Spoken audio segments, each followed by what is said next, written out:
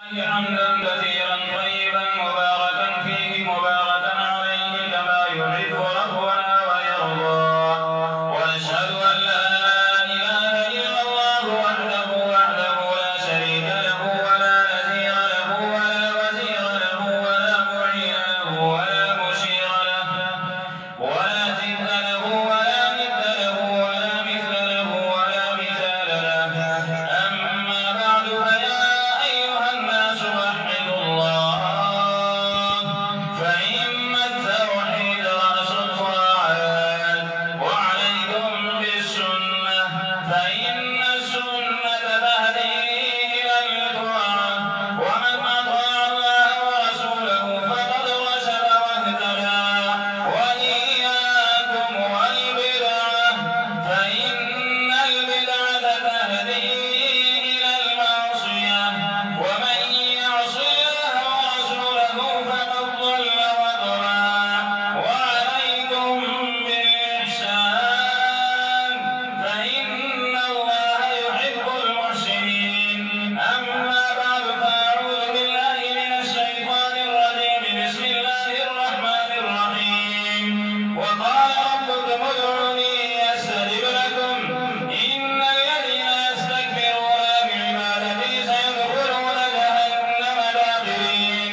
بارك الله لنا ولكم في القرآن العظيم، ونفعنا وإياكم بالآيات والذكر الحكيم.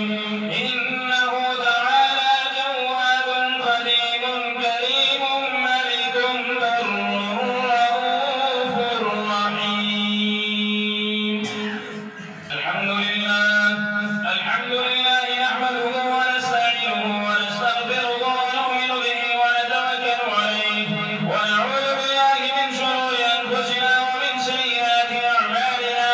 من يهده الله فلا مضل له ومن يضلله فلا هادي له. ونشهد أن لا إله إلا الله وحده لا شريك له، ونشهد أن سيدنا ومولانا محمدا عبدك ورسولك. أما بعد فأعوذ بالله من الشيطان الرجيم. بسم الله الرحمن الرحيم. إن الله وملائكته يصلون على النبي يا أيها الذين آمنوا صلوا عليه وسلموا تسليما. قال النبي صلى الله عليه وسلم مروا أبا بكر فليصلي بالناس. قال النبي صلى الله عليه وسلم أرحم أمتي بأمتي أبو بكر، وأشدهم في أمر الله عمر، وأصدقهم حياء عثمان، وأقضاهم علي.